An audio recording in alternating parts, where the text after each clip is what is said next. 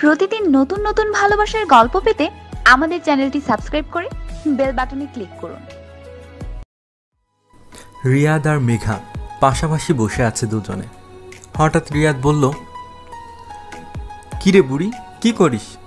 দেখ রিয়াদ, একদম আমাকে বুড়ি বলে ডাকবি না, আমি মোটেই বুড়ি নই। বুড়ি তো, দেখ না বা পাশের গালটায় কেমন বসে গেছে। ইস, ওটা মোটেই বসে যায়নি বুড়ো, ওটা টোল। জানিস ছেলেরা টোল পড়া মেয়েদের বেশি পছন্দ করে। জানি না, তবে তোর বুড়োর বেশ পছন্দের। আবার শুরু করছে, চুপ থাক। মেঘা ফোন নিয়ে গেম খেলা শুরু করলো। আমি ওর আরও একটু কাছে গিয়ে বললাম, মেঘা শোন না। বল, শুনছি। আমি মুখটা ওর কানের কাছে নিয়ে বললাম, ভালোবাসি। মাইর খাবি। সত্যি? এদিকে আয়, একটা সেলফি তুলি। সেলফি তুলে ছবিটা আমার সামনে ধরে বলল, দেখ না ছবিটা, একদম বেমানান, চলবে না। আবার ফাজলামি শুরু করছিস? তো কি করব? আমি সত্যিই বলছি। তুই থাক তোর সত্যি নিয়ে, গেলাম আমি। মেঘা উঠে হন হন করে চলে গেল। কিছুক্ষণ বসে বসে পুকুরে ঢিল ছুড়লাম। ভাবছিলাম মেঘা আবার ফিরে আসবে, কিন্তু আসলো না। ফোনটা হাতে নিয়ে অনেকগুলো ভালোবাসি লিখে ওকে পাঠিয়ে দিয়ে উঠে বাড়ির পথে হাঁটা শুরু করলাম। মেয়েটা এমন কেন? যতবারই ভালোবাসার কথা বলতে চাই ফাজলামি করে এড়িয়ে যায়। কিন্তু মনের মধ্যে ভালোবাসাটা পুষে রাখাও অনেকটা কষ্টের। গৃহহীন প্রতীকের মতো পাক খেতে থাকে। নিজেও দুদণ্ড শান্ত হয়ে বসে না, আমায়ও বসতে দেয় না। দিন শেষে নির্হারা পাখিটার মতো ছটফট করতে থাকে। নীড়েই তার শান্তি। সে নীড় যে মেঘা, সেটাই তাকে বোঝাতে পারেনি হয়তো। কিন্তু যত দিন যায় আকুলতা বাড়তে থাকে।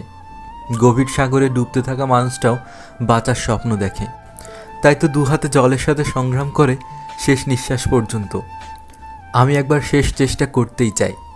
মেঘাকে ফোন দিয়ে পার্কে দেখা করতে বললাম। 30 মিনিট ধরে পার্কের বেঞ্চটায় বসে আছি। মেঘার আসার নামই নেই। বিরক্তি লাগছে, আবার রাগও হচ্ছে। মেঘা অনেকটা বদলে গেছে, বুঝতে পারছি। আমার গুরুত্বটা কমে এসেছে। ওর কথা আর কাজেই সেটা বুঝতে পারি একটু একটু। আরও 10 মিনিট পরে ও আসলো। কি রে, হঠাৎ জরুরি তলব? কিছু কথা বলতে চাই, জীবনের কিছু গুরুত্বপূর্ণ কথা, আর দু একটা গুরুত্বপূর্ণ সিদ্ধান্ত। কোনো ফাজলামি করতে পারবি না। সিরিয়াস কিছু? কি হয়েছে? জানি না কি হয়েছে, কিভাবে হয়েছে, শুধু জানি আজীবনের জন্য কিছু শূন্যতার সৃষ্টি হয়েছে, যেটা তোকে ছাড়া পূরণ করা সম্ভব না। তুই আর আমার অবসরে নেই রে, অভ্যাসে পরিণত হয়েছিস। সেই অভ্যাস যা কোনোদিন ত্যাগ করা সম্ভব না। তুই আমার অনুভবে নেই, অস্তিত্বে মিশে গেছিস। একটাই চাওয়া, এই অস্তিত্বের সমাপ্তি যেন কোনোদিন না হয়। তোকে সত্যিই ভালোবেসে ফেলেছি, অনেক বেশি ভালোবেসে ফেলেছি। এটা বলে মেঘার হাতটা ধরলাম। মেঘা আলতো করে ছাড়িয়ে নিল। ওর মুখের দিকে তাকালাম, চোখ দুটো ছলছল করছে, পলক পড়লেই কেঁদে দেবে। মেঘা মুখটা ঘুরিয়ে চোখ মুছে নিল। আমি আবার ওর হাতটা ধরলাম, এবারও মেঘা ছাড়িয়ে নিল। আমি জিজ্ঞাসা দৃষ্টিতে তাকালাম। মেঘা না সূচক মাথা নাড়ালো, আর আমি বললাম, তুই কাউকে ভালোবাসিস? মেঘা চোখ মুছে নিজেকে স্বাভাবিক করে একটু কঠিনভাবেই বলল, হ্যাঁ তাই, রাহাত, আমার কাজিন। ও বলিসনি তো কখনো? প্রয়োজন মনে করিনি তাই। যাই হোক, আমি আসি, কাজ আছে, বাই।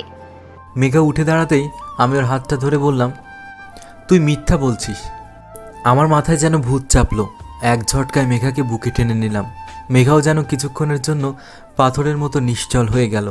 তারপর এক ধাক্কায় নিজেকে ছাড়িয়ে নিয়ে সাথে সাথে আমার গালে সজোরে একটা চড় দিয়ে চোখ মুছতে মুছতে চলে গেল। ক্ষণিকের জন্য আমিও যেন স্তব্ধ হয়ে দাঁড়িয়ে রইলাম। এরপর মেঘার যাওয়ার পথের দিকে তাকালাম। কেমন যেন ঝাপসা লাগছে, চোখটা কেমন যেন জ্বালা করছে। না, ছেলেদের কান্না শোভা পায় না। প্রাণপণে চেষ্টা করেছি চোখের জল আটকানোর। এতদিন ভাবতাম মেঘা হয়তো আমায় ভালোবাসে, কিন্তু কয়েক মুহূর্তেই সব এলোমেলো হয়ে গেল। সব ধারণা মুহূর্তেই যেন শত শত যুক্তিতে ভুল প্রমাণিত হলো। জানি মেঘার সাথে সম্পর্কটা আর আগের মতো থাকবে না। মধ্যে অজানা কোনো দেয়াল হঠাৎ মাথা তুলে দাঁড়িয়ে যাবে। তাই নিজেকে ওর জীবন থেকে সরিয়ে নেওয়াটাই ভালো। হয়তো কিছুদিন মিস করবে, কিন্তু সময়ে সব ঠিক হয়ে যাবে। এখন আমি এখানে থাকলে ওর ভালোবাসার বাধা হয়ে থাকবো, যা আমি কখনোই চাই না। তাই সেদিন রাতেই গ্রামের বাড়ির উদ্দেশ্যে রওনা দিলাম। 1 মাসের বেশি হতে চলল গ্রামের বাড়িতে আসছি। এর মধ্যে একবারও কথা হয়নি মেঘার সাথে। যোগাযোগ করার সব মাধ্যমও নষ্ট করে দিয়েছি। তবু মাঝে মাঝে খুব ইচ্ছা হয় ওর হাসি মুখটা দেখতে। হাসলে টোল পড়ে মেয়েটার, অপলক তাকিয়ে থাকতে ইচ্ছে করে ওর টোলটার দিকে। কিন্তু সেই অধিকার হারিয়েছি। না, হারিয়েছি বললে ভুল হয়। যা পাইনি কখনো তা হারাবো কি করে? বাড়িতে থাকতে ভালো লাগে না। মা বারবার জিজ্ঞেস করতে থাকে কি হয়েছে আমার, এমন মনমারা হয়ে থাকি কেন। সেদিন সন্ধ্যায় তো কেঁদেই দিয়েছিল। আমারও ইচ্ছা করে মাকে জড়িয়ে ধরে কাঁদতে, মনের মধ্যে জমা কষ্টগুলো বলতে। কিন্তু ছেলে যে, কান্না আমার শোভা পায় না। কষ্টগুলো বুকের মধ্যে চেপে ধরে রাখি, না হলে ওরা যে আমায় কাপুরুষ বলবে। আমার জীবনের গল্পটা এভাবেই শেষ হলেও পারত। নিজেকে অনেকটা সামলেও নিয়েছি, কিন্তু আবার সব কিছু এলোমেলো করে দিল মেঘার একটা চিঠি। সেদিন নদীর পাড়ে বসেছিলাম। ছোট বোন এসে বলল, শহর থেকে তোর চিঠি এসেছে। এটা বলে চিঠিটা আমার হাতে দিয়ে চলে গেল। ততক্ষণে সন্ধ্যা নামার উপক্রম। পাখিরা সব নিড়ে ফিরেছে। আশেপাশের বাড়িগুলোতে সন্ধ্যা প্রদীপ জ্বালানো শুরু করেছে। আবছা আলোয় চিঠিটা পড়তে শুরু করলাম। কেমন আছিস রিয়াদ? সেদিন তোর খুব লেগেছিল না রে? কি করব বল, আমার যে আর কিছু করার ছিল না। ক্ষণিকের ভালোবাসায় জড়িয়ে তোকে কষ্ট দিতে চাইনি। চিঠিটা যখন পাবি তখন হয়তো আমি আর এই পৃথিবীতে নেই, আকাশের তারা হয়ে গেছি। আচ্ছা, এই 1000 তারার ভিতর খুঁজবি আমায়? কত স্বপ্ন বুনেছিলাম তোকে নিয়ে, তুই, আমি আর আমাদের ছোট্ট একটা সংসার, দুষ্টুমি আর ভালোবাসায় ভরা। কিন্তু স্বপ্ন ভেঙে গেল যেদিন ডাক্তার আমার 6 মাসের জীবনসীমা বেঁধে দিল। তুই যেদিন আমার প্রথম ভালোবাসি বলেছিলি তার 3 দিন আগেই জানতে পারি সেটা। সেদিন সারা রাত কেঁদেছিলাম, 2 দিন তোর সামনেও যায়নি। তুই জানিস, তুই আমাকে 134 বার ভালোবাসি বলেছিস, আর মেসেজে ভালোবাসি বলেছিস 4073 বার। কেউ হয়তো সারা জীবনেও একবার শুনতে পায় না এই শব্দটা। তোর হাতটা ধরতে ইচ্ছে করছে খুব, লিখতেও কষ্ট হচ্ছে অনেক, হাতটাই খুব ব্যথা। তোকে আঘাত করার শাস্তি দিয়েছি, কিন্তু তা না করলে যে তুই আমায় ছাড়া চলতে শিখতিস না। পারলে ক্ষমা করে দিস, আর একটু ভালোবাসা রাখিস আমার জন্য। দেখিস, পরের জন্মে অনেক সময় নিয়ে আসবো তোকে ভালোবাসার জন্য। কাঁদবি না একদম, আমি কিন্তু দেখবো আকাশ থেকে। ভালো থাকিস, ইতি তোর বুড়ি। শেষের লাইনগুলো পড়তে পড়তে বুঝলাম আমি কাঁদছি। আজ আর চোখের জল আটকাতে ইচ্ছা হচ্ছে না, চিৎকার করে কাঁদতে ইচ্ছে করছে। ঝাপসা দৃষ্টিতে হাঁটা শুরু করলাম নদীর পাড় ধরে। চারপাশের অন্ধকারটাও ক্রমশ গভীর হয়ে আসছে। সেই অন্ধকারের বুক চিরে মেঠো পথটা ধরে হাঁটছি আমি। জানি না এ পথের শেষ কোথায়।